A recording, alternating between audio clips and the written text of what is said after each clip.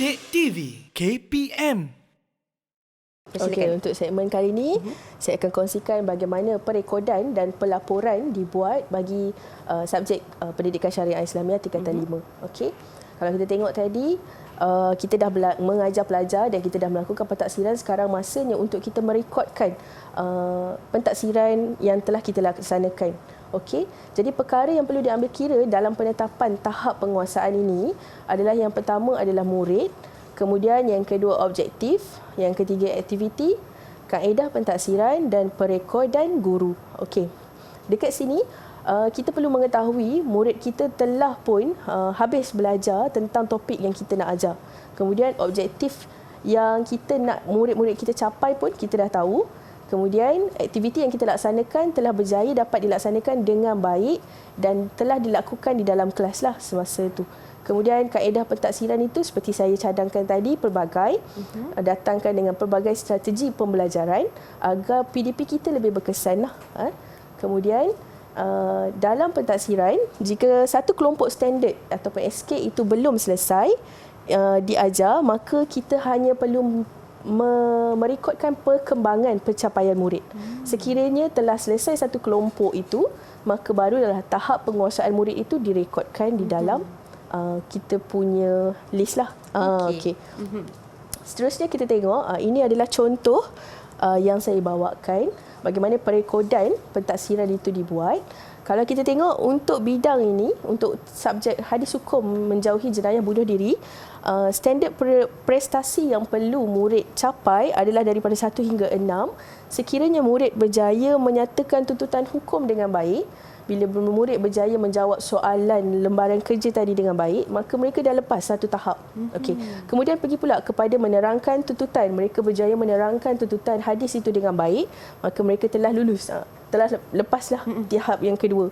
Kemudian mereka mengaplikasikan tuntutan jenayah bunuh diri itu berdasarkan kaedah istinbat. Bila mana mereka berjaya menjelaskan kaedah istinbat daripada hadis itu, mereka telah mencapai tahap penguasaan yang ketiga. Dan bila mereka melaksanakan tuntutan secara bersungguh-sungguh dan menghuraikan kaedah istinbat hukum daripada hadis, mereka layak untuk mendapat TP 4. Cuma kalau kita tengok pada TP 5 dan TP 6, murid selalunya sukar untuk dinilai dari bidang ini. Sebab itu saya melaksanakan pembelajaran tadi secara berkumpulan dan berpasangan.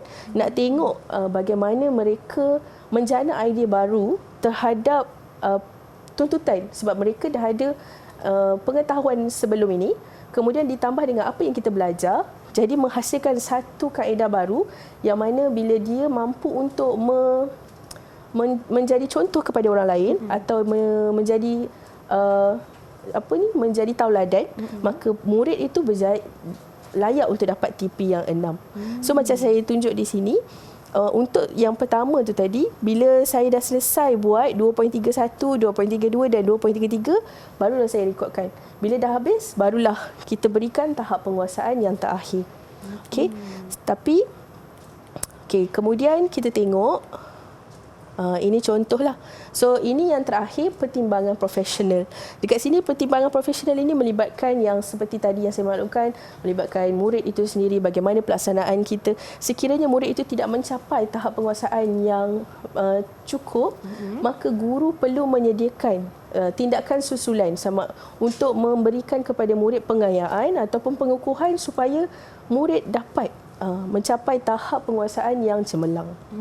Itu sahaja dari saya, Syafiqah. Baik, subhanallah. Itu dia antara usaha-usaha guru-guru kita untuk membantu murid-murid kita mencapai kejayaan dalam pendidikan syariah Islamiah. Jadi Ustazah, mungkin ada sedikit rumusan ringkas untuk topik kita pada hari ini.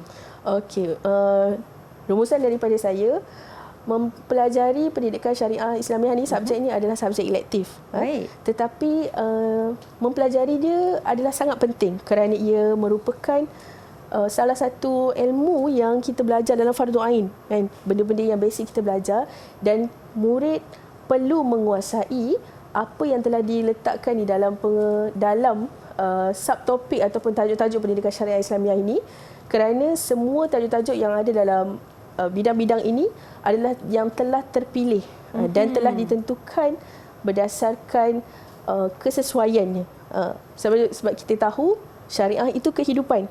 Tanpa ada hukum hakam ini, maka tidak akan sempurnalah kehidupan kita. Baik. Didik TV KPM